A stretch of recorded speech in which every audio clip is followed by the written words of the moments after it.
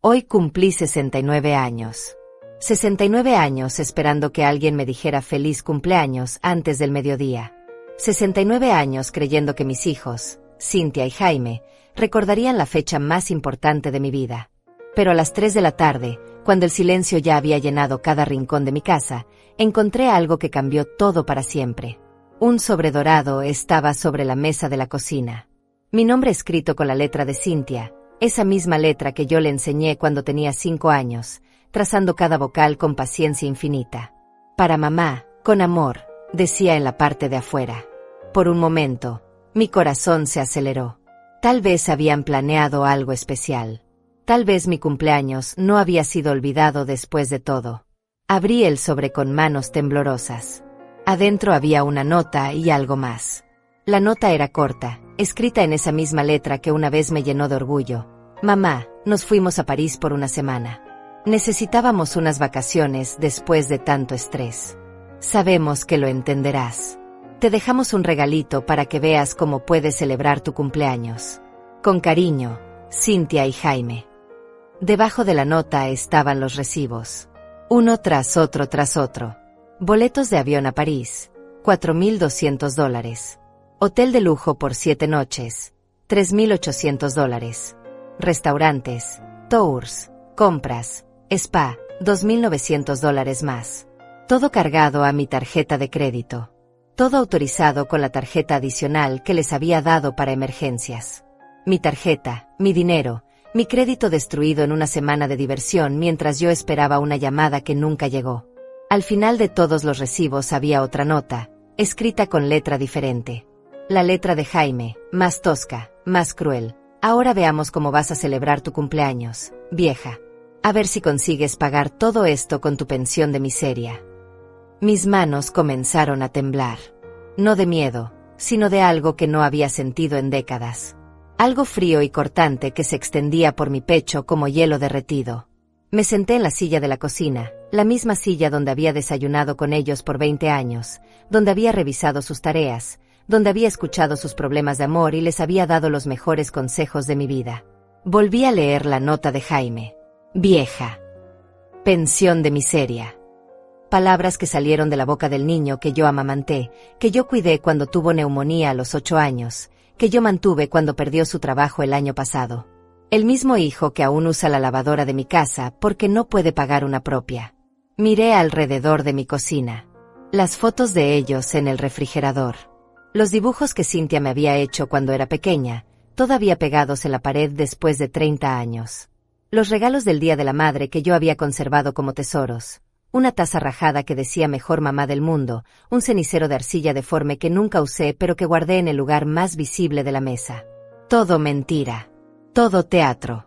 Todo calculado para mantenerme dócil, disponible, pagando cuentas que no eran mías, resolviendo problemas que no había creado, siendo la madre perfecta para hijos que veían mis arrugas y mi cabello gris como sinónimos de estupidez. El teléfono sonó. Por un segundo, mi corazón saltó. Tal vez era Cynthia llamando para explicar, para disculparse, para decir que todo había sido un error terrible. Corrí hacia el teléfono como si fuera la salvación. ¿Dolores? Soy Carolina, tu vecina. Vi que llegó una ambulancia a la casa de al lado y quería asegurarme de que estuvieras bien. Todo en orden. Carolina. Mi vecina de 72 años que siempre recordaba mi cumpleaños. Que siempre me preguntaba por mi salud. Que me traía tamales los domingos sin pedirle nada a cambio. Sí, Carolina. Todo está perfecto, mentí, mientras las lágrimas comenzaban a correr por mis mejillas. Colgué el teléfono y volví a mirar los recibos esparcidos sobre la mesa. $10,900. Más dinero del que yo gastaba en 6 meses. Todo cargado a mi nombre mientras ellos brindaban con champán francés y se reían de la vieja tonta que les había pagado la diversión. Pero algo había cambiado en mí durante esos minutos de silencio. Algo que no tenía que ver con el dinero robado o con el cumpleaños arruinado. Algo más profundo y más peligroso. La certeza absoluta de que ya no era su madre. Ya no era nada para ellos, excepto una fuente de dinero con patas. Y si ya no era su madre, ellos tampoco eran mis hijos. Guardé los recibos en el sobre dorado. Los guardé todos, cada uno de ellos, como evidencia de algo que todavía no sabía qué era, pero que sabía que iba a necesitar. Después me quedé sentada en la cocina vacía, viendo cómo el sol se ponía en el día de mi cumpleaños número 69. El último cumpleaños que pasaría esperando su amor. Esa noche no pude dormir. Me quedé despierta recordando cómo había llegado hasta aquí, cómo había construido mi vida entera alrededor de 2 personas que ahora me trataban como un cajero automático con sentimientos. Y lo peor de todo, recordando todos los momentos en que debería haber visto las señales, pero elegí la esperanza por encima de la realidad. Cynthia nació cuando yo tenía 23 años. Su padre, Roberto, nos abandonó cuando ella tenía 2 años, dejándome con una bebé y sin un centavo. Pero yo no me rendí. Trabajé doble turno en la fábrica textil, cosiendo hasta que mis dedos sangraban, ahorrando cada dólar para darle lo que yo nunca tuve: educación, ropa bonita, juguetes nuevos en Navidad. Cuando Cynthia tenía 5 años, conocí a Mario, el padre de Jaime. Pensé que finalmente había encontrado la estabilidad que necesitábamos. Mario era contador, ganaba bien, prometía cuidarnos a las 2. Pero cuando Jaime nació, Mario cambió. Se volvió celoso de mi atención hacia los niños, bebía más de la cuenta, y una noche se fue sin explicaciones, llevándose todos los ahorros de la cuenta conjunta. Otra vez sola. Otra vez empezando desde cero.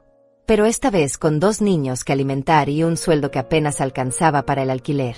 Vendí todo lo que tenía de valor: los aretes de oro que había heredado de mi madre, el anillo de compromiso de mi primer matrimonio, hasta mi máquina de coser Singer, esa que mi abuela me había regalado cuando cumplí 18 años.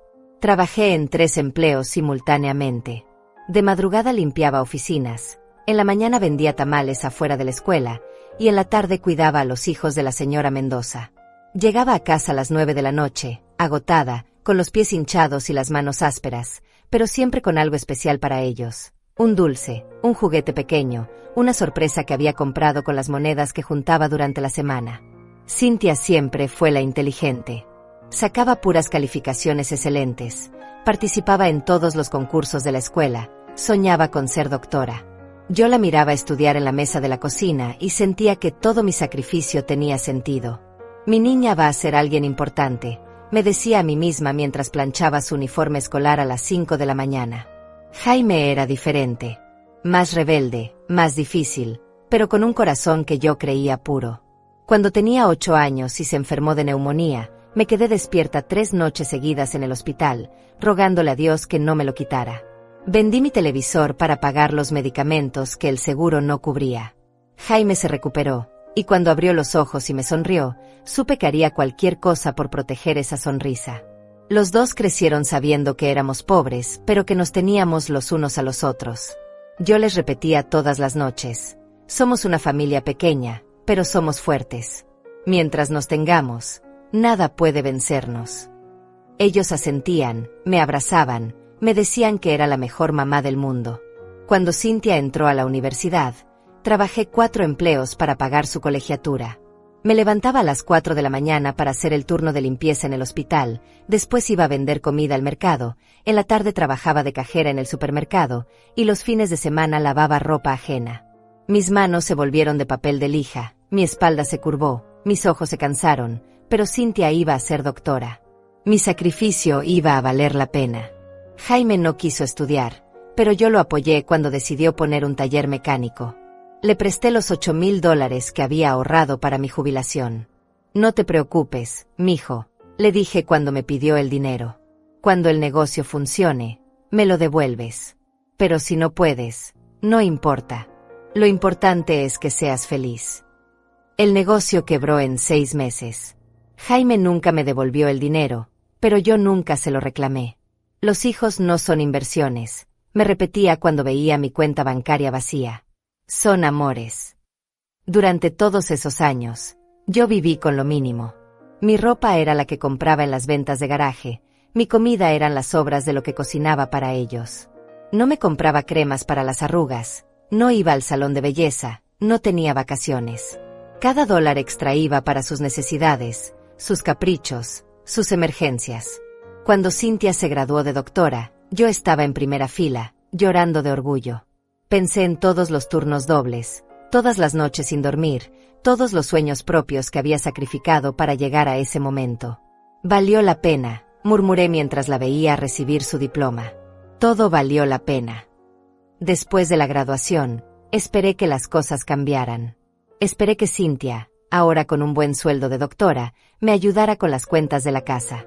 Esperé que Jaime, ya con 28 años, se independizara y formara su propia familia. Esperé, sobre todo, que me incluyeran en sus nuevas vidas como algo más que una empleada doméstica gratuita. Pero nada cambió.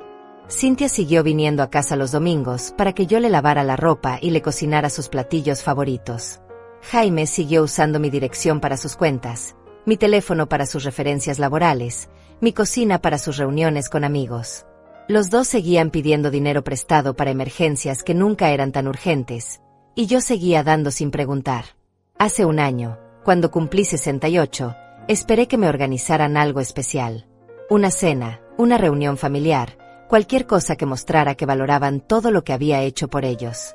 En lugar de eso, Cynthia me llamó a las 10 de la noche para decirme que había estado muy ocupada en el hospital, y Jaime llegó borracho a las 11 para pedirme dinero prestado para pagar una multa de tránsito.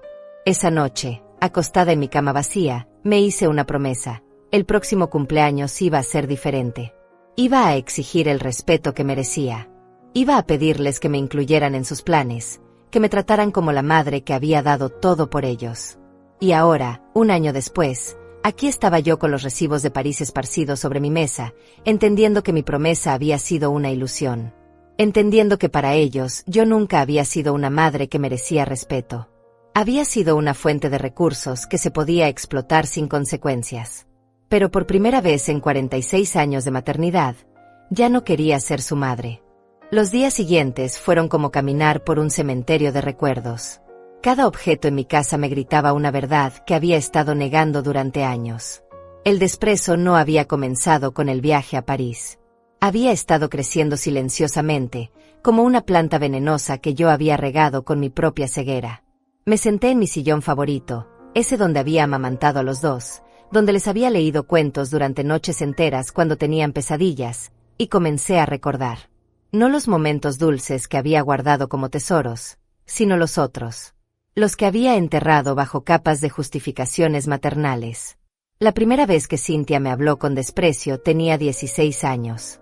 Yo había llegado tarde a su graduación de preparatoria porque mi jefe no me había dejado salir temprano del trabajo. Cuando finalmente llegué, corriendo con los zapatos en la mano porque se me habían roto los tacones baratos, la encontré llorando afuera del auditorio. ¿Dónde estabas?, me gritó delante de todos sus compañeros. Todas las mamás estaban ahí menos tú. Me da vergüenza decir que eres mi madre. Yo le expliqué lo del trabajo, le dije que había corrido 10 cuadras para llegar, que había pedido prestado dinero para comprarle las flores que llevaba marchitas en la mano. Pero ella no me escuchó.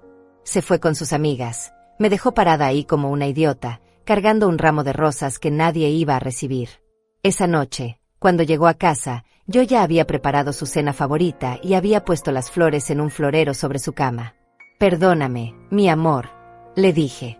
Sabes que haría cualquier cosa por estar ahí contigo. Cynthia me miró con una frialdad que no le había visto nunca. El problema es que no hiciste cualquier cosa. Hiciste lo que era conveniente para ti.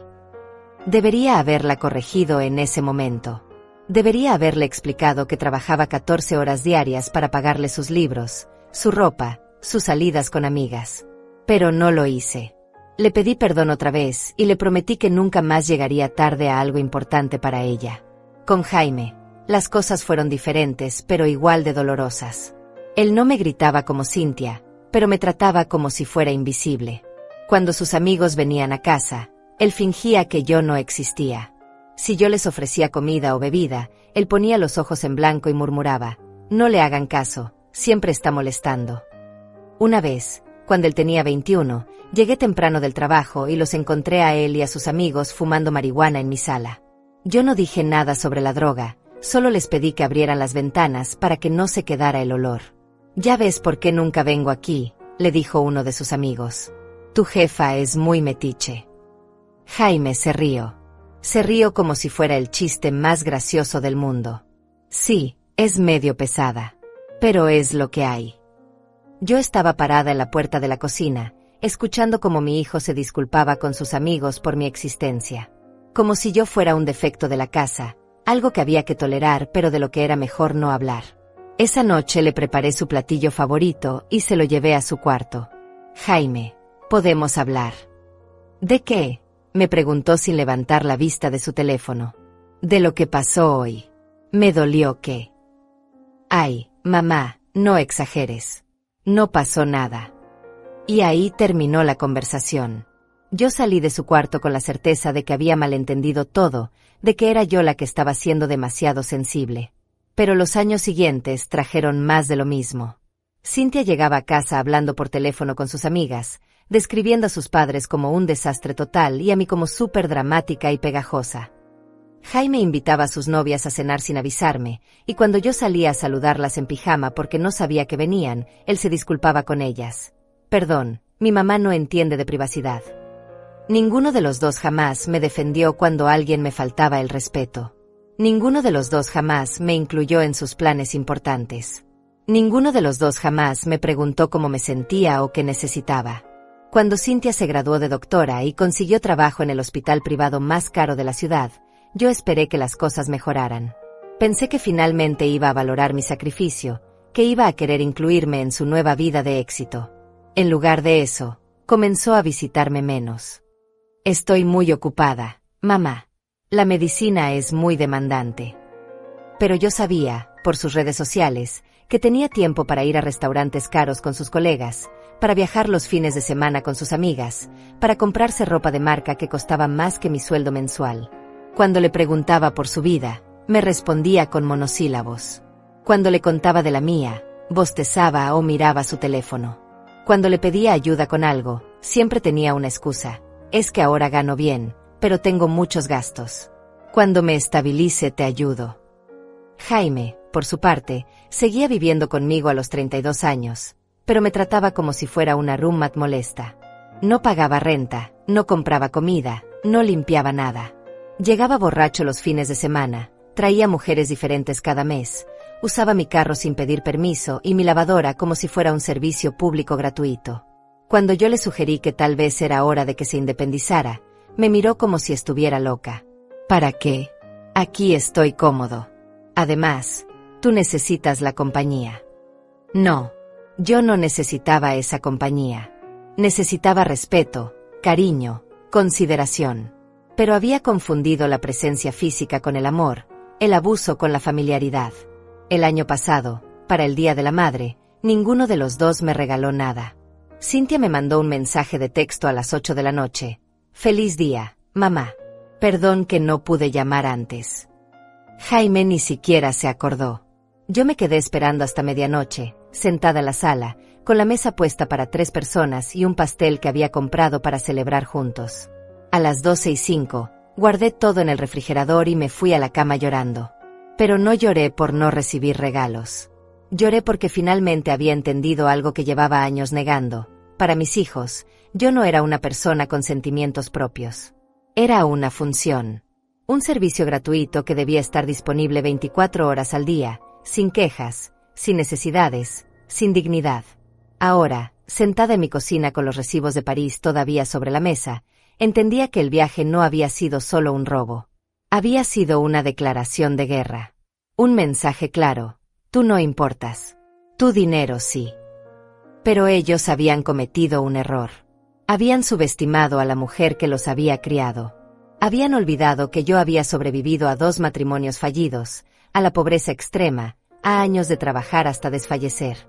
Había olvidado que yo era más fuerte de lo que aparentaba. Y que ya no tenía nada que perder. El lunes por la mañana me desperté con una claridad que no había sentido en décadas. Era como si durante toda la noche mi mente hubiera estado organizando archivos, cerrando capítulos, preparándose para algo que aún no tenía nombre pero que ya tenía forma. Me vestí con mi mejor vestido negro, ese que había comprado para el funeral de mi madre y que solo usaba en ocasiones solemnes. Hoy era una ocasión solemne, aunque nadie más lo supiera todavía. Mi primera parada fue el banco. Llevaba conmigo todos los documentos importantes, identificaciones, estados de cuenta, las tarjetas adicionales que les había dado a Cynthia y Jaime, y algo más importante, mi testamento. Ese papel que había firmado hace 5 años, cuando todavía creía que mis hijos merecían todo lo que yo había construido. La señorita que me atendió era joven, tal vez de la edad de Cynthia, pero me habló con el respeto que mi propia hija nunca me había mostrado. Buenos días, señora Rosales. ¿En qué podemos ayudarla hoy? Quiero cancelar todas las tarjetas adicionales de mi cuenta, le dije con una calma que me sorprendió a mí misma. Y quiero cambiar todos mis beneficiarios.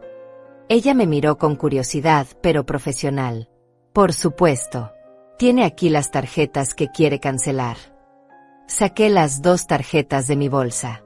La de Cynthia estaba impecable, como todo lo que ella tocaba. La de Jaime tenía las esquinas gastadas y una mancha de grasa que probablemente venía de su último trabajo mecánico. Las puse sobre el escritorio como si fueran cartas de una partida que había decidido abandonar. Estas 2.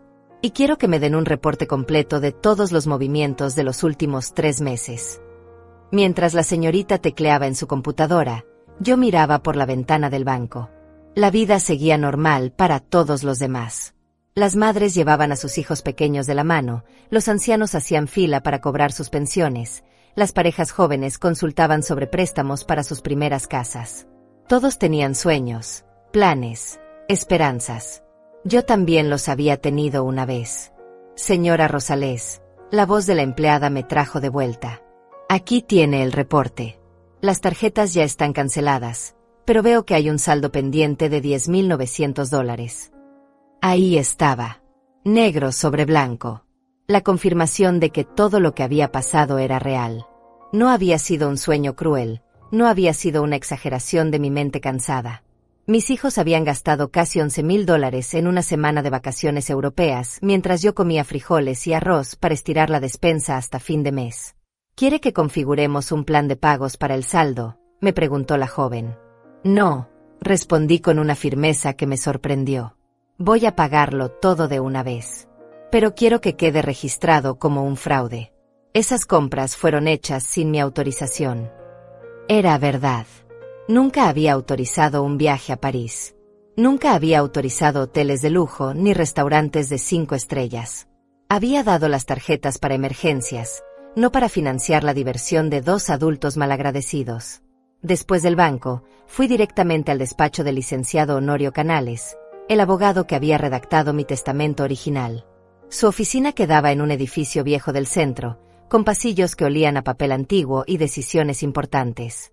Yo había estado ahí solo una vez antes, cuando quise asegurarme de que mis hijos heredaran todo lo que yo había construido con tanto esfuerzo. Señora Rosales, me saludó el licenciado con sorpresa genuina. No esperaba verla tan pronto. ¿Está todo bien con sus documentos?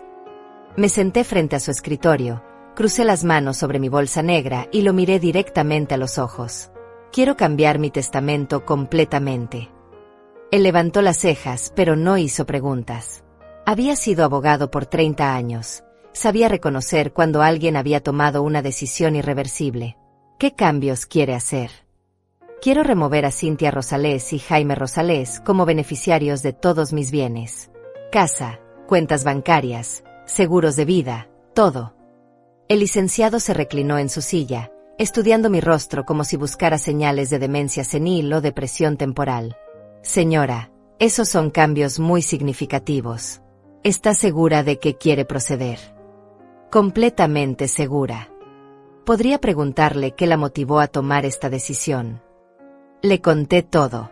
El viaje a París, los recibos, las notas crueles, pero también los años de desprecio sutil, de abuso emocional disfrazado de normalidad familiar.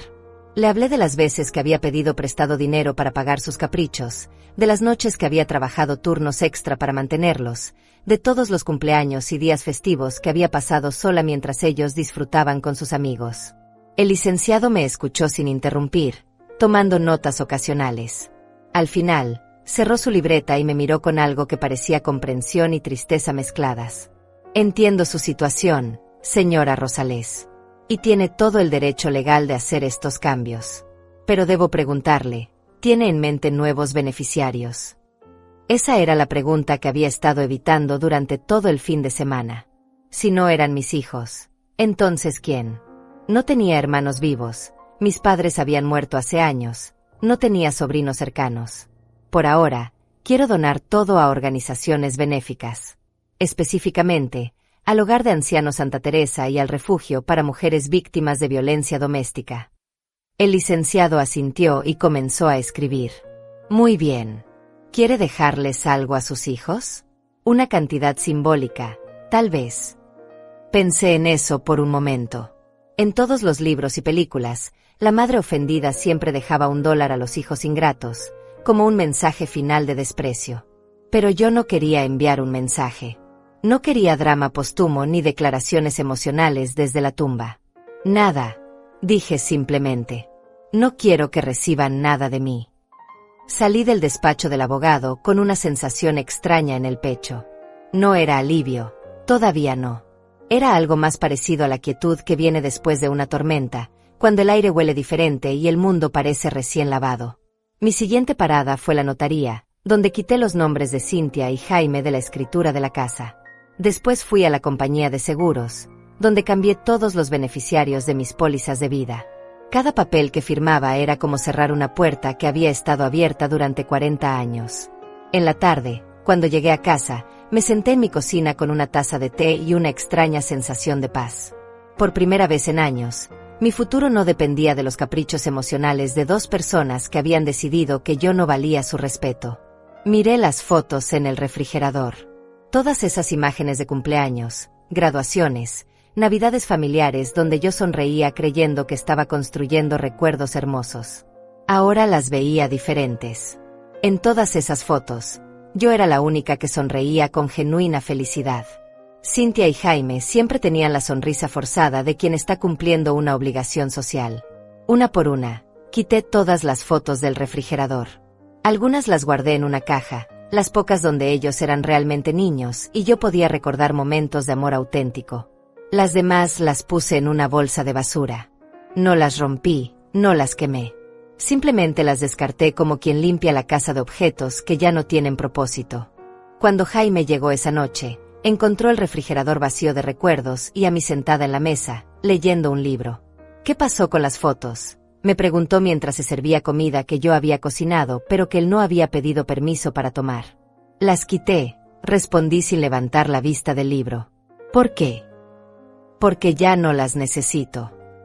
Él se quedó parado ahí por unos segundos, esperando una explicación que no llegó. Finalmente se fue a su cuarto con el plato en la mano, probablemente pensando que era otro de mis dramas de vieja, como solía llamar a mis momentos de tristeza. No sabía que ya no había drama. Solo había decisión. Los primeros síntomas de mi nueva realidad comenzaron a manifestarse 3 días después. Cynthia intentó usar su tarjeta en un restaurante caro del centro y la transacción fue rechazada. Jaime trató de sacar dinero del cajero automático y la máquina se tragó su tarjeta. Ninguno de los dos me llamó inmediatamente para preguntar qué había pasado. Primero trataron de resolver el problema técnico por su cuenta, porque en sus mentes era imposible que yo hubiera tomado una decisión sin consultarlos. Fue hasta el viernes cuando Cynthia finalmente me mandó un mensaje de texto. Mami, hay algo raro con mi tarjeta. ¿Puedes llamar al banco para preguntar qué pasa? Leí el mensaje 3 veces. Mami. La primera vez que me llamaba así en años, y solo porque necesitaba algo. No, ¿cómo estás? No te sientes bien. No, perdón por no llamarte en toda la semana.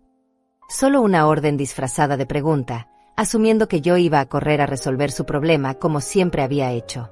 No respondí el mensaje. 1 hora después llegó otro. ¿Recibiste mi mensaje? Es urgente. Tampoco respondí. Al día siguiente, sábado por la mañana, sonó mi teléfono. Era Cynthia, probablemente llamando desde el hospital durante su descanso. Mamá, ¿por qué no contestas mis mensajes? Su voz sonaba irritada, no preocupada. Como si mi silencio fuera una falta de eficiencia en el servicio al cliente, no una decisión consciente de una mujer que había sido humillada por sus propios hijos. Estoy contestando ahora, respondí con una calma que ella no esperaba. ¿Qué pasa con mi tarjeta? Intenté usarla ayer y no funciona. Ya no tienes tarjeta. Hubo un silencio largo. Podía casi escuchar los engranajes de su mente tratando de procesar información que no tenía sentido en su universo personal. ¿Cómo que ya no tengo tarjeta? ¿Se venció? ¿La cancelaste por error? La cancelé a propósito. Otro silencio, este más cargado de incredulidad que el anterior. ¿Por qué harías eso? ¿Estás bien? ¿Te sientes enferma? Ahí estaba. La única explicación posible en su mente. Yo debía estar enferma, confundida, pasando por algún episodio de demencia senil. Era imposible que una decisión tan drástica viniera de una mente clara y una voluntad firme. Estoy perfectamente bien, le dije. Cancelé tu tarjeta y la de tu hermano porque ya no van a tener acceso a mi dinero. ¿De qué estás hablando? ¿Qué hicimos mal? La pregunta me habría hecho reír si no hubiera sido tan patética. Después de años de desprecio, de humillaciones sutiles, de tomar mi dinero y mi tiempo sin dar nada a cambio, después del viaje a París pagado con mi tarjeta mientras me dejaban sola en mi cumpleaños, ella no tenía idea de que había hecho mal. Piénsalo, le dije. Cuando lo sepas, me llamas. Colgué el teléfono y lo puse en silencio. El domingo, Jaime apareció en casa sin avisar, algo que normalmente hacía solo cuando necesitaba dinero prestado o cuando se había quedado sin comida en su cuarto. Esta vez venía con cara de confusión y algo que podría haber sido preocupación si yo no hubiera sabido que era solo irritación disfrazada. Mamá, ¿qué onda contigo? Cynthia me dijo que cancelaste nuestras tarjetas. Yo estaba preparando mi almuerzo, moviéndome por la cocina con la misma naturalidad de siempre. Como si esta conversación fuera tan normal como hablar del clima. Así es. ¿Por qué? ¿Estás molesta por algo? Dejé de mover la sopa y lo miré directamente. ¿Tú qué crees, Jaime? Él se quedó parado ahí, rascándose la cabeza como solía hacer cuando era niño y había hecho alguna travesura. Pero ya no era un niño, era un hombre de 32 años que acababa de darse cuenta de que su cajero automático personal había cerrado sin previo aviso. No sé. Si es por lo del viaje a París, nosotros pensamos que no te iba a molestar. Total, tú nunca gastas ese dinero en nada. Ahí estaba la justificación. Yo nunca gastaba mi dinero en nada, entonces ellos tenían derecho a gastarlo por mí. Como si mi frugalidad fuera una invitación abierta al robo, como si mis sacrificios fueran evidencia de que no merecía disfrutar el fruto de mi trabajo. ¿Quién les dijo que podían usar mi dinero para sus vacaciones? Pues, siempre nos has ayudado cuando lo necesitamos. Unas vacaciones en París son una necesidad. Jaime se quedó callado por un momento, probablemente dándose cuenta de que no tenía una respuesta coherente para esa pregunta. Mira, si quieres te pagamos de poquito en poquito. No tiene por qué ser un drama tan grande. No quiero que me paguen. Quiero que se vayan. La frase salió de mi boca antes de que mi mente la hubiera procesado completamente. Pero en el momento en que la dije, supe que era exactamente lo que sentía. ¿Qué? Quiero que te vayas de mi casa, Jaime. Ya tienes 32 años. Es hora de que vivas tu propia vida. Él me miró como si hubiera anunciado que me iba a convertir en astronauta. ¿Estás loca? ¿A dónde voy a ir? No tengo dinero para renta. Ese es tu problema, no el mío. ¿Mi problema? Soy tu hijo. Se supone que tu casa es mi casa. Mi casa es mi casa. Tú eres un huésped que se ha quedado demasiado tiempo. Jaime se quedó parado en la cocina, abriendo y cerrando la boca como un pez fuera del agua. Probablemente en toda su vida adulta nadie le había hablado con tanta claridad, nadie le había puesto límites tan firmes. No puedes correrme así nada más. Aquí tengo todas mis cosas. Tienes una semana para sacarlas. ¿Una semana? ¿Estás demente? ¿Qué va a decir la gente cuando se entere de que corriste a tu propio hijo? Esa pregunta me habría aterrorizado hace una semana. El juicio de los vecinos, de los conocidos, de la familia lejana siempre había sido una de mis mayores preocupaciones. Ser vista como una mala madre era mi peor pesadilla. Pero ahora, parada en mi cocina, viendo a mi hijo de 32 años reclamarme por negarme a seguir manteniéndolo, me di cuenta de que ya no me importaba lo que pensara la gente. Lo que importaba era lo que pensara yo de mí misma. Van a decir que finalmente aprendí a valorarme. Esa tarde, después de que Jaime se fue dando un portazo que hizo temblar toda la casa, me senté en mi sala y esperé. Sabía que no iba a pasar mucho tiempo antes de que los dos se pusieran de acuerdo para intentar una estrategia diferente. Y tenía razón. A las 8 de la noche sonó mi teléfono. Era Cynthia otra vez, pero esta vez su voz sonaba diferente. Más suave, más calculada. Mami, Jaime me contó lo que pasó hoy. Creo que todos estamos muy alterados y necesitamos hablar con calma. No hay nada de qué hablar. Claro que sí. Somos una familia. Las familias resuelven sus problemas conversando, no cortándose unos a otros. Qué interesante. Ahora éramos una familia. Cuando me dejaron sola en mi cumpleaños para irse a París, no éramos una familia. Cuando gastaron mi dinero sin mi permiso, no éramos una familia. Pero ahora que las consecuencias habían llegado, de repente recordaban que teníamos lazos de sangre. ¿Dónde estaba esa familia cuando me dejaron los recibos de París en mi cumpleaños? Ay, mamá, ya sabemos que eso estuvo mal. Pero tú sabes cómo somos. A veces hacemos cosas sin pensar. Eso no significa que no te queramos. Ahí estaba la manipulación que yo conocía también. La minimización, a veces hacemos cosas, la justificación, tú sabes cómo somos, y finalmente la declaración de amor que supuestamente borraba todo el daño causado. Si así es como demuestran que me quieren, prefiero que no me quieran. No digas eso. Mira, ¿qué te parece si vamos a comer mañana? Yo invito. Podemos hablar de todo esto como adultos. Como adultos. Después de 40 años de tratarme como una empleada doméstica con sentimientos opcionales, ahora querían hablar como adultos. No. ¿No qué? No voy a comer contigo. No voy a hablar contigo. No voy a seguir fingiendo que somos una familia feliz. El silencio del otro lado de la línea fue largo y cargado. Finalmente, Cynthia habló, y por primera vez en años, su voz sonaba genuinamente preocupada. Mamá, me estás asustando. Esto no eres tú. Tenía razón. No era yo. Era la mujer que yo podría haber sido si hubiera aprendido a respetarme a mí misma desde el principio. Tienes razón, le dije. No soy yo. Soy alguien mejor. Y colgué el teléfono. El martes por la mañana, mientras regaba mis plantas en el patio trasero, escuché el sonido inconfundible del carro de Cynthia estacionándose frente a mi casa. No había venido sola. A través de la ventana pude ver que Jaime estaba en el asiento del pasajero, y ambos tenían esa expresión determinada que ponían cuando habían planeado algo juntos.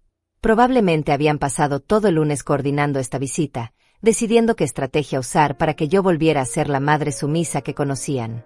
No salí a recibirlos.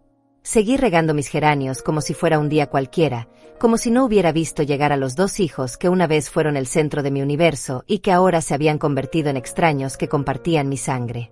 Tocaron la puerta 3 veces antes de usar la llave que Jaime todavía tenía. Los escuché entrar, buscarme en la sala, en la cocina, hasta que finalmente me encontraron en el patio. Mamá, dijo Cynthia con esa voz profesional que usaba con sus pacientes difíciles. Necesitamos hablar. Terminé de regar la última maceta antes de voltear a verlos. Estaban parados lado a lado, presentando un frente unido que no había visto desde que eran niños y habían roto algo valioso en la casa. En ese entonces venían a confesarme juntos, esperando que su unión fraternal minimizara el castigo. Ahora venían con la misma estrategia, esperando que su solidaridad me hiciera sentir culpable por haberlos dividido. No tenemos nada de qué hablar, les dije mientras enrollaba la manguera con movimientos deliberadamente lentos. Claro que sí, intervino Jaime, usando el tono condescendiente que reservaba para cuando creía que yo estaba siendo irracional. Esto ya se salió de control. Estás actuando como si fuéramos unos extraños. Me reí. Fue una risa corta y amarga que salió de mis labios antes de que pudiera detenerla. ¿Extraños? Los extraños no roban el dinero de la tarjeta de crédito de uno.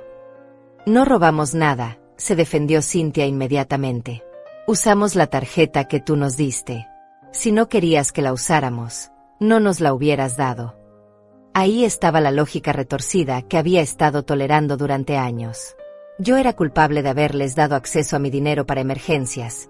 Entonces ellas eran víctimas inocentes que habían malinterpretado mis intenciones generosas. Les di esa tarjeta para emergencias. Unas vacaciones en París son una emergencia. Necesitábamos un descanso, murmuró Jaime, evitando mi mirada. Hemos estado muy estresados con el trabajo. ¿Y yo qué? ¿Yo no tengo derecho a estar estresada? ¿Yo no tengo derecho a unas vacaciones?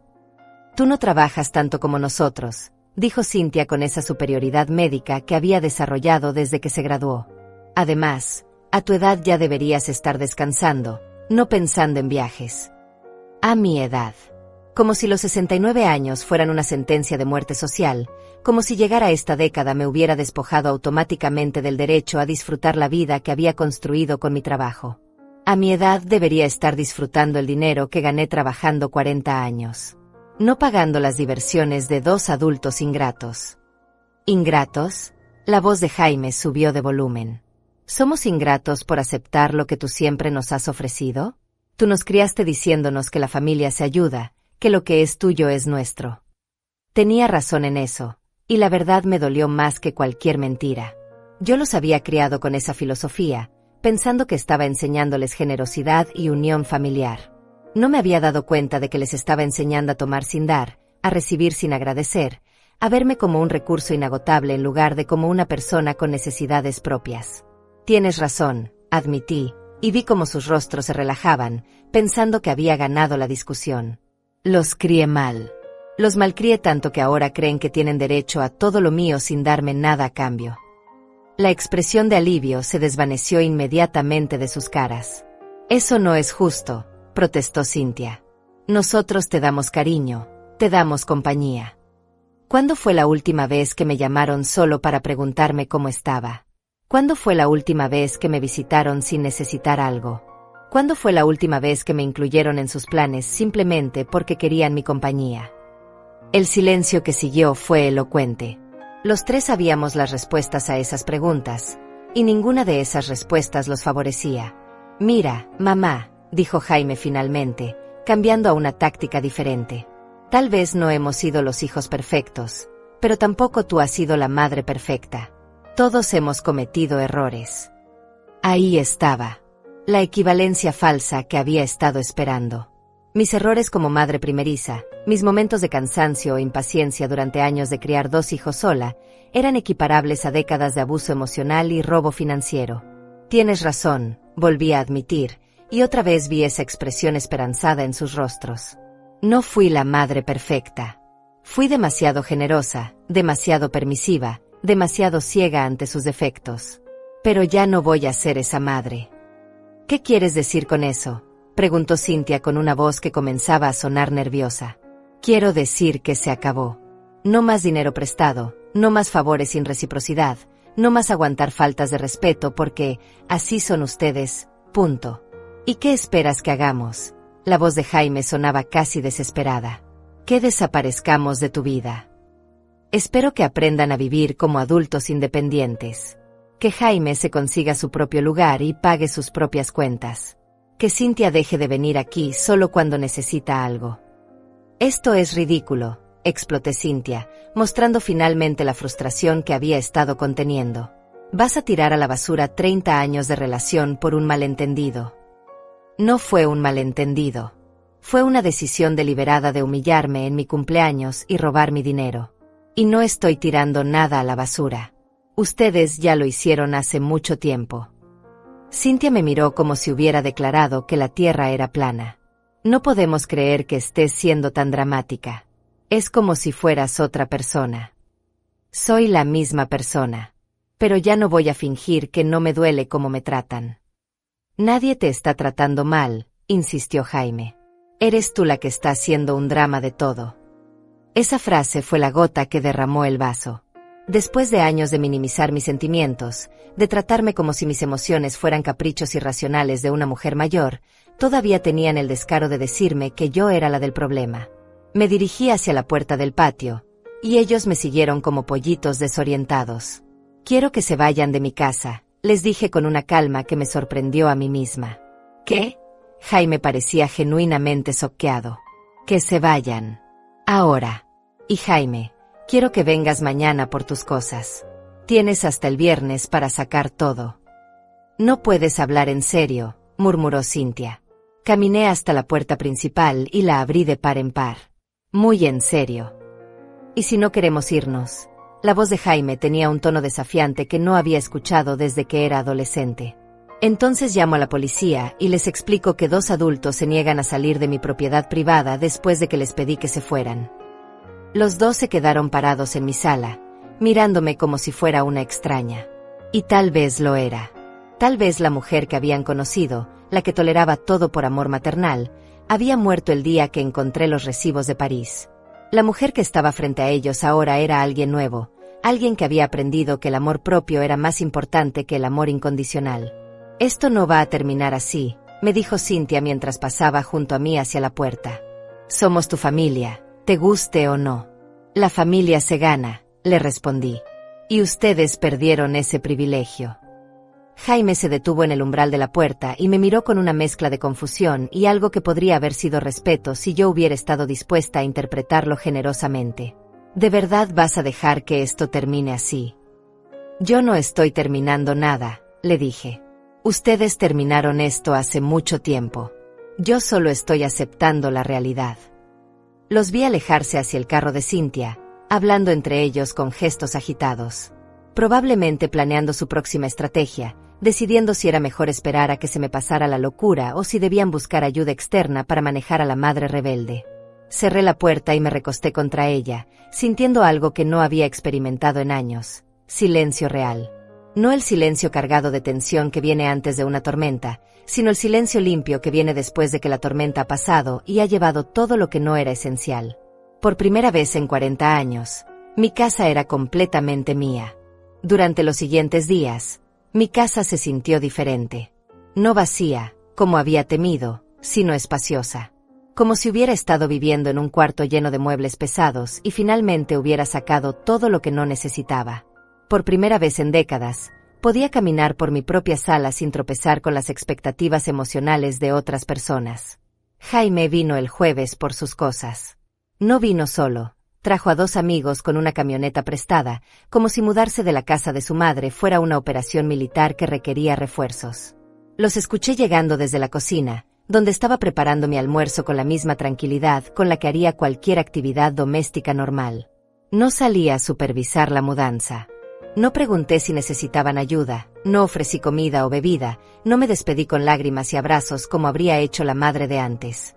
Me quedé en mi cocina, comiendo mi sopa de verduras y escuchando el sonido de pasos pesados subiendo y bajando las escaleras, cargando los restos de una relación que había muerto lentamente durante años.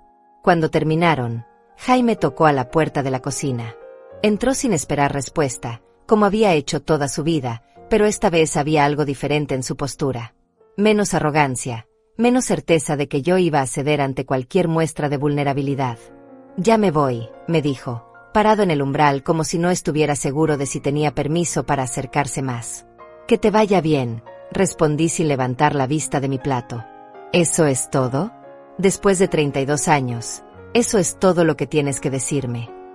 Levanté la vista y lo miré. Mi hijo, el bebé que había cargado en brazos cuando lloraba por las noches, el niño que había defendido de los bullies en la escuela, el adolescente rebelde por quien había perdido el sueño durante años. Ahora era un hombre adulto que esperaba que yo sintiera culpa por negarme a seguir siendo su refugio financiero y emocional. «¿Qué quieres que te diga, Jaime?» «No sé. Algo. Cualquier cosa que suene como mi mamá, no como esta extraña fría que te has vuelto». Su comentario me habría lastimado profundamente una semana atrás. Ahora solo me confirmaba que él nunca había conocido realmente a su madre, solo había conocido a la versión de mí que yo había creado para su comodidad. Tu mamá era una mujer que se dejaba pisotear porque confundía el amor con la permisividad. Esta extraña fría es una mujer que aprendió a respetarse a sí misma. Y no hay lugar para tu hijo en esa nueva vida. La pregunta estaba cargada de una manipulación sutil que él probablemente ni siquiera reconocía. Me estaba pidiendo que eligiera entre mi dignidad y su presencia, como si esas 2 cosas fueran mutuamente excluyentes. Hay lugar para un hijo que me trate con respeto y cariño genuino. No hay lugar para un parásito emocional de 32 años. Se quedó callado por un momento largo, procesando palabras que probablemente nadie le había dicho nunca con tanta claridad. «Nunca vas a perdonarnos». «No hay nada que perdonar, Jaime. Ustedes son adultos que tomaron decisiones adultas. Ahora tienen que vivir con las consecuencias adultas de esas decisiones». Se fue sin decir adiós. Escuché la camioneta alejándose y después mi casa quedó en un silencio absoluto que me llenó de una paz que no había sentido en años. El viernes por la noche, cuando ya había aceptado que mis hijos habían decidido darme el tratamiento del silencio como último recurso de manipulación, sonó mi teléfono. Era Cynthia, pero su voz sonaba diferente. Más suave, más calculada, como cuando tenía que dar malas noticias a los familiares de sus pacientes. Mamá, necesitamos verte. Hay algo importante que queremos proponerte. No me interesa. Esto es diferente. Hemos estado pensando mucho sobre todo lo que ha pasado, y queremos encontrar una solución que funcione para todos. Una solución que funcione para todos. En el lenguaje de Cynthia, eso significaba una solución que les permitiera mantener sus privilegios mientras hacían el mínimo esfuerzo posible para apaciguar mi rebeldía. La única solución que me interesa es que respeten mis decisiones y aprendan a vivir sin depender de mí. Eso es exactamente de lo que queremos hablar. Mira, podemos ir a tu casa mañana en la tarde, o si prefieres, podemos encontrarnos en un lugar neutral. Tú decides. La frase "tú decides" debería haberme hecho sospechar inmediatamente. Cynthia nunca me había dado el control de nada importante en su vida adulta. Si ahora me estaba ofreciendo elegir, era porque había planeado algo que requería mi participación voluntaria. No voy a encontrarme con ustedes en ningún lado. Mamá, por favor. Solo esta vez. Te prometo que después de esta conversación, si sigues queriendo que no tengamos contacto, respetaremos tu decisión. Esa promesa me intrigó a pesar de mí misma. No porque creyera que la iban a cumplir, sino porque me hacía preguntarme qué estrategia habían diseñado que los hacía tan confiados de que esta última conversación iba a cambiar mi perspectiva. ¿De qué quieren hablar? De un acuerdo. Una forma de que todos podamos seguir adelante sin rencores. Sin rencores. Como si el problema hubiera sido mi incapacidad para superar ofensas menores, no décadas de abuso emocional sistemático. Habla ahora o no hables nunca. No puedo explicarte todo por teléfono. Es algo que tienes que ver para entenderlo. Ahí estaba la curiosidad matándome. Después de 40 años de maternidad, todavía tenía esa parte de mí que quería saber qué estaban planeando mis hijos, incluso cuando sabía que probablemente no iba a gustarme la respuesta. Está bien. Pero vienes sola. Y tienes una hora. Perfecto. Voy mañana a las 3 de la tarde. Después de colgar, me quedé sentada en mi sala preguntándome si estaba cometiendo un error al darles una última oportunidad. Pero decidí que necesitaba escuchar lo que tenían que decir, no porque tuviera esperanzas de reconciliación, sino porque quería cerrar este capítulo completamente informada sobre quiénes eran realmente mis hijos. El sábado a las 3 en punto, Cynthia llegó puntual como siempre.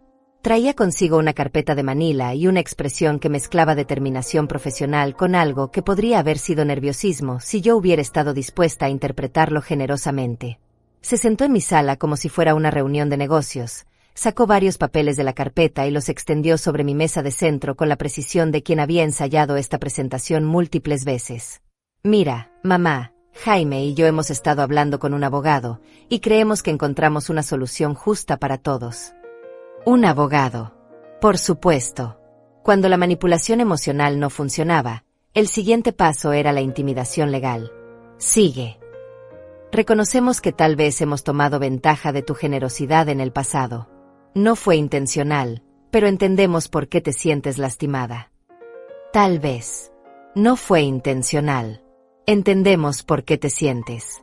Cada palabra estaba cuidadosamente elegida para admitir la menor cantidad de culpa posible mientras parecía una disculpa genuina. Así que hemos preparado un documento donde nos comprometemos a pagarte todo lo que te debemos. Los $10,900 del viaje, más todos los préstamos que no te hemos devuelto. Calculamos que son aproximadamente $25,000 en total. $25,000. Una cantidad que probablemente habían estimado consultando sus vagos recuerdos de todas las veces que habían venido a pedirme dinero prestado sabiendo que nunca lo iban a devolver.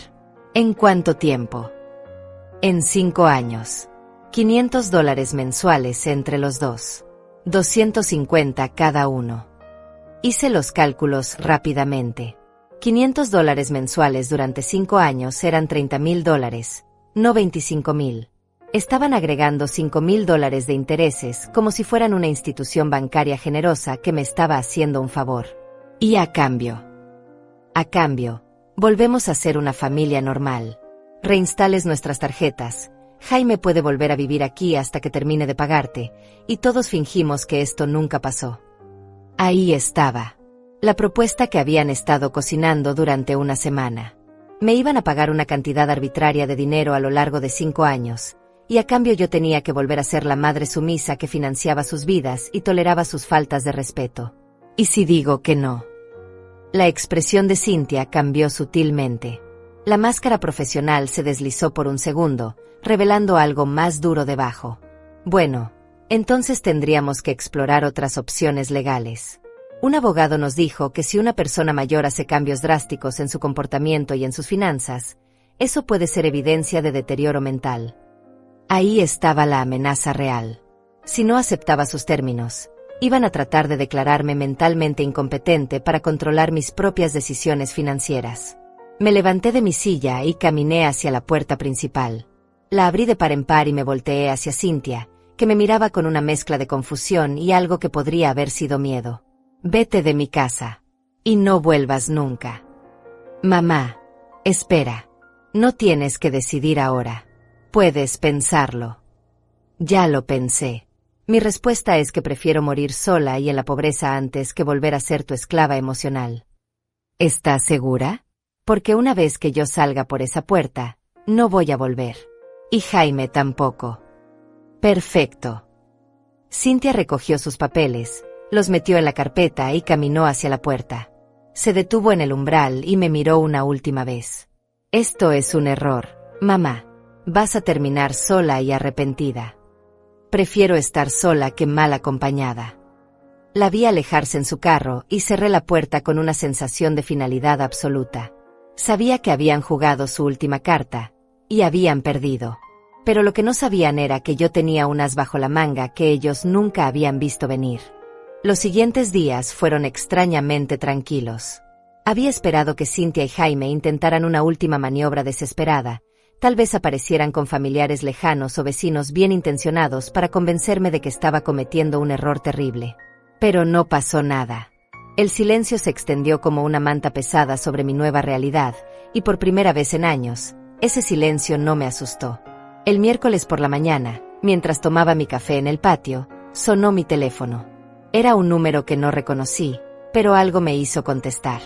Señora Dolores Rosales. Sí, soy yo. Habla el licenciado Dante Ordóñez, del despacho jurídico Ordóñez y Asociados. Necesito verla urgentemente sobre un asunto relacionado con sus hijos. Mi primer instinto fue colgar. Seguramente era el abogado que Cynthia había mencionado, listo para comenzar el proceso de declararme incompetente mental. Pero algo en su tono no sonaba amenazante. ¿Qué tipo de asunto? Preferiría explicárselo en persona.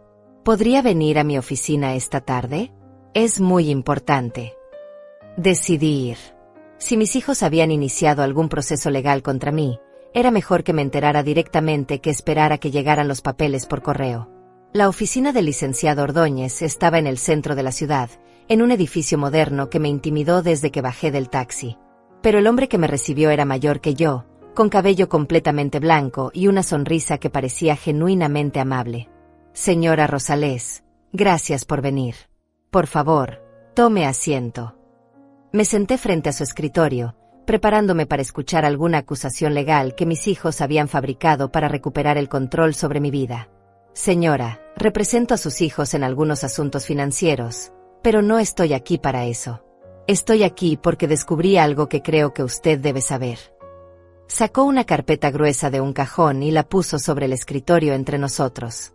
Hace una semana, Cynthia y Jaime vinieron a consultarme sobre la posibilidad de iniciar un proceso de interdicción contra usted. Querían declararla incompetente para manejar sus propias finanzas. Ahí estaba la confirmación de lo que ya sabía. Pero su expresión no era la de alguien que venía a entregarme una demanda. Naturalmente, les pedí que me mostraran evidencia del supuesto deterioro mental. Documentos médicos, testimonios de vecinos, ejemplos concretos de decisiones irracionales. ¿Y qué les dijeron? Me dijeron que usted había cancelado sus tarjetas de crédito sin motivo aparente, que había cambiado su testamento excluyéndolos, y que los había corrido de su casa por una discusión menor. Me reí sin poder evitarlo. ¿Eso les pareció evidencia de locura? Al contrario. Me pareció evidencia de que finalmente había tomado el control de su vida. Pero decidí investigar un poco más antes de rechazar su caso. Abrió la carpeta y comenzó a sacar documentos. Resulta que sus hijos han estado muy ocupados últimamente. Jaime solicitó 3 préstamos diferentes usando su casa como garantía, sin su conocimiento. Falsificó su firma en los documentos. Sentí como si me hubieran dado un golpe en el estómago. ¿Qué? Los préstamos suman $45,000. Cuando los bancos no pudieron contactarla para confirmar, comenzaron a investigar. Descubrieron las falsificaciones. Sacó más papeles. Cynthia, por su parte, abrió 2 cuentas bancarias usando su información personal y su número de seguro social. Transfirió dinero de sus cuentas reales a estas cuentas falsas durante los últimos 6 meses. Las manos me empezaron a temblar. No de miedo, sino de una rabia fría que nunca había sentido antes. ¿Cuánto? $16,000. Pensaba que usted nunca revisaba sus estados de cuenta lo suficientemente cuidadoso como para notarlo. ¿Y por qué me está contando esto? ¿No se supone que usted los representa? El licenciado se recostó en su silla y me miró con una expresión que mezclaba respeto profesional con algo personal. Señora Rosales, yo tengo 4 hijos.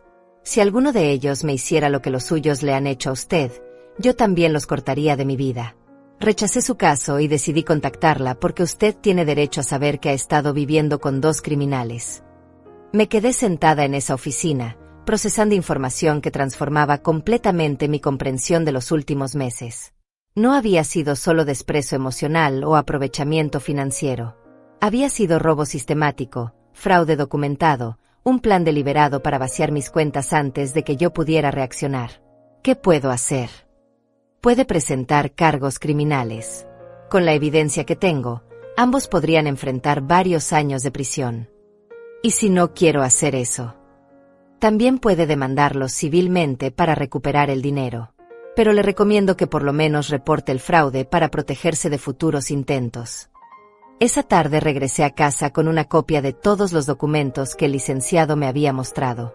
Me senté en mi cocina, rodeada de evidencia de una traición más profunda de lo que jamás había imaginado, y por primera vez en semanas no sentí tristeza ni rabia. Sentí alivio. Finalmente tenía la confirmación absoluta de que mi decisión había sido correcta. No había sido una madre demasiado dura o una mujer mayor confundida. Había sido una víctima de fraude que finalmente había logrado escapar de sus victimarios.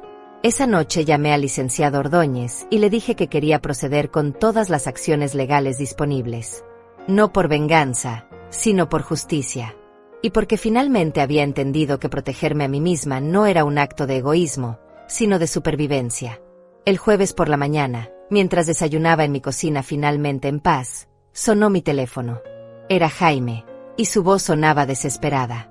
Mamá, necesitamos hablar urgentemente. Han pasado cosas que no entiendes. Entiendo perfectamente. Entiendo que son ladrones. ¿Quién te dijo eso? ¿Con quién has estado hablando? Con un abogado que tiene más ética que mis propios hijos. El silencio del otro lado de la línea me confirmó que sabían que habían sido descubiertos. Podemos explicarlo todo, murmuró finalmente. No hay nada que explicar. Y no vuelvan a llamar. Colgué el teléfono y lo puse en silencio. Por primera vez en mi vida, había ganado una guerra que no sabía que estaba peleando. 3 meses después, mientras firmaba los últimos documentos en el juzgado, me di cuenta de que mi historia no había terminado donde pensé que terminaría. Los procesos legales contra Cynthia y Jaime habían concluido con sentencias de prisión que ellos cumplirían con libertad condicional, a cambio de devolverme todo el dinero robado más intereses. Pero lo más importante no era la justicia legal, sino la justicia personal que finalmente había encontrado. El licenciado Dante Ordóñez se había convertido en algo más que mi abogado. Durante esos meses de trámites legales, habíamos desarrollado una amistad basada en conversaciones largas sobre la vida, la familia, y los errores que cometen las personas buenas cuando confunden el amor con la permisividad. Él era viudo desde hace 5 años, y yo había estado sola emocionalmente durante mucho más tiempo que eso. ¿Ya está lista para la siguiente sorpresa?, me preguntó mientras salíamos del juzgado ese día. ¿Cuál sorpresa? Sonrió con esa expresión que había aprendido a reconocer cuando tenía buenas noticias. ¿Recuerda que le mencioné que estaba investigando las finanzas de sus hijos para el caso? Sí. Pues resulta que encontré algo más. Su exesposo, Mario, el padre de Jaime, murió hace 2 años en Estados Unidos. Era más exitoso de lo que ustedes sabían. Me detuve en la escalinata del juzgado. Mario, el hombre que nos había abandonado cuando Jaime era bebé, llevándose nuestros ahorros y dejándome sola con 2 niños. ¿Y eso qué tiene que ver conmigo? Que nunca se divorciaron legalmente. Técnicamente, usted seguía siendo su esposa cuando él murió. Y según las leyes de herencia, Jaime tenía derecho a una parte de esa herencia. Pero Jaime es mayor de edad. Él puede reclamar lo que le corresponde. Ahí está el problema. Jaime ya lo intentó, pero hay una cláusula en el testamento de Mario. La herencia solo se puede reclamar a través de la viuda legal, que es usted.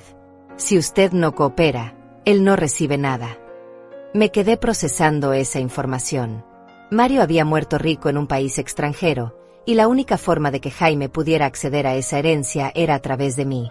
El mismo hijo que había falsificado mi firma para robarme, ahora dependía de mi buena voluntad para recibir un dinero que técnicamente me pertenecía. ¿Cuánto dinero estamos hablando? $200,000.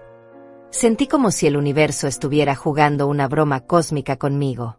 Después de 40 años de sacrificarme por mis hijos, después de descubrir que me habían estado robando sistemáticamente, después de cortarlos completamente de mi vida, el destino me ponía en la posición de decidir el futuro financiero de uno de ellos.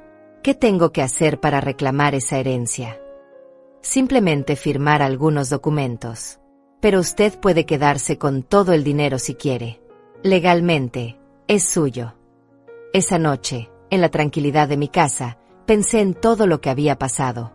Pensé en la madre que había sido, en la mujer que me había convertido, y en la persona que quería ser de ahora en adelante.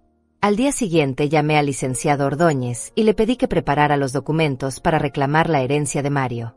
Pero también le pedí que preparara otro documento, una donación de los $200,000 completos al Hogar de Ancianos Santa Teresa y al refugio para mujeres víctimas de violencia doméstica. ¿Está segura?, me preguntó. Podría quedarse con el dinero y donar solo una parte. Estoy segura. No quiero nada que venga de esa familia. Una semana después, cuando Jaime se enteró de que la herencia había sido donada completamente, me llamó. Su voz sonaba rota de una forma que no había escuchado desde que era niño. ¿Por qué?, me preguntó simplemente. Porque ya no eres mi problema, Jaime. Eres el problema de ti mismo. Ese dinero me habría cambiado la vida. Tu vida está en tus manos, no en una herencia. Si quieres cambiarla, hazlo con tu propio esfuerzo. Después de esa llamada, no volví a saber de ninguno de los dos. 6 meses después, Dante me pidió matrimonio. No fue una propuesta romántica llena de flores y promesas eternas. Fue una conversación práctica entre 2 personas maduras que habían decidido que preferían enfrentar la vejez acompañados que solos. No quiero ser el amor de tu vida, me dijo. Quiero ser el compañero de lo que te queda de vida. Nos casamos en una ceremonia pequeña con solo 2 testigos. Él vendió su casa y se mudó a la mía. Combinamos nuestros recursos financieros y creamos un futuro que ninguno de los dos había imaginado a nuestras edades. Hoy, 1 año después de encontrar esos recibos de París sobre mi mesa de cocina, me despierto todas las mañanas al lado de un hombre que me trata con el respeto que merezco. Desayunamos juntos, leemos el periódico juntos, planeamos viajes pequeños para los fines de semana. A veces pienso en Cynthia y Jaime. Me pregunto si alguna vez entendieron realmente lo que perdieron, si alguna vez se dieron cuenta de que su codicia los dejó sin familia. Pero esos pensamientos duran poco, porque he aprendido que es imposible extrañar a personas que nunca me valoraron realmente. La semana pasada, Carolina, mi vecina, me comentó que había visto a Jaime manejando un taxi en el centro de la ciudad. Se ve mayor, Me dijo con esa expresión de lástima que las personas ponen cuando creen que deberían estar consolándote. Todos nos vemos mayores, le respondí. Pero algunos de nosotros también nos vemos más libres. Porque esa es la verdad que aprendí a los 69 años. A veces, perder a la familia es lo que finalmente te permite encontrarte a ti misma. A veces, el mejor regalo que puedes recibir viene envuelto en el peor papel del mundo. Y a veces, cuando finalmente aprendes a valorarte, el universo te manda a alguien que también sabe valorarte. Mis hijos me dieron la libertad en el paquete más cruel posible. Pero yo la acepté. Y fue la mejor decisión de mi vida.